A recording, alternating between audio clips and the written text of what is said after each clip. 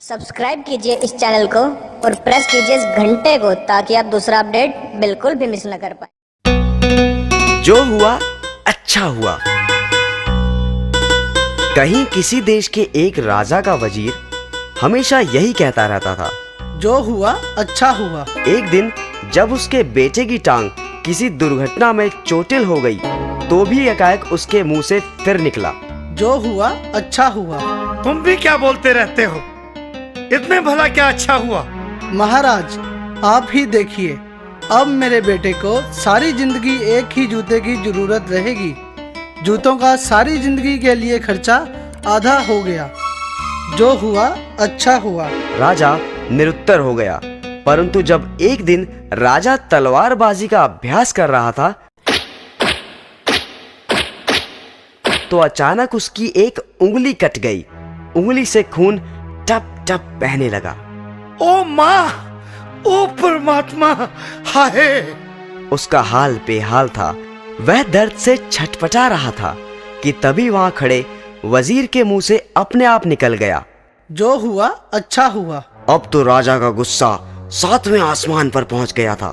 उसने हुक्म सुनाया, इस बेवकूफ वजीर को कारागार में डाल दिया जाए।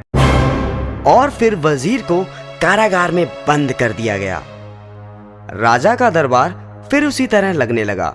बस कमी थी तो बस उसी वजीर की। एक दिन राजा जंगल में शिकार करने के लिए निकला तो रास्ता भटक गया।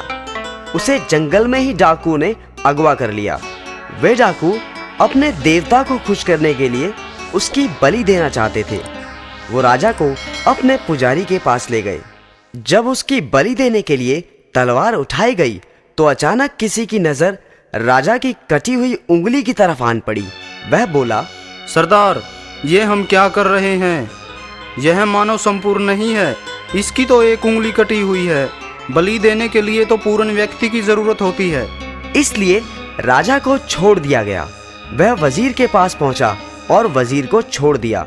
और फिर राजा ने उसे बताया कि उसके साथ क्या घटा था। राजा ने वजीर को उसे कारागार में डालने के लिए क्षमा मांगी। वजीर बोला, मैंने तो आपको कहा ही था, जो हुआ अच्छा हुआ। जो होता है अच्छे के लिए ही होता है। मेरी बात तो ठीक है, परंतु तुम्हारे साथ तो जाती हो गई।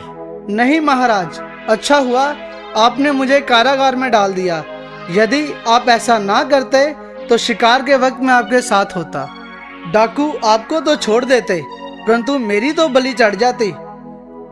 इसलिए जो हुआ अच्छा हुआ।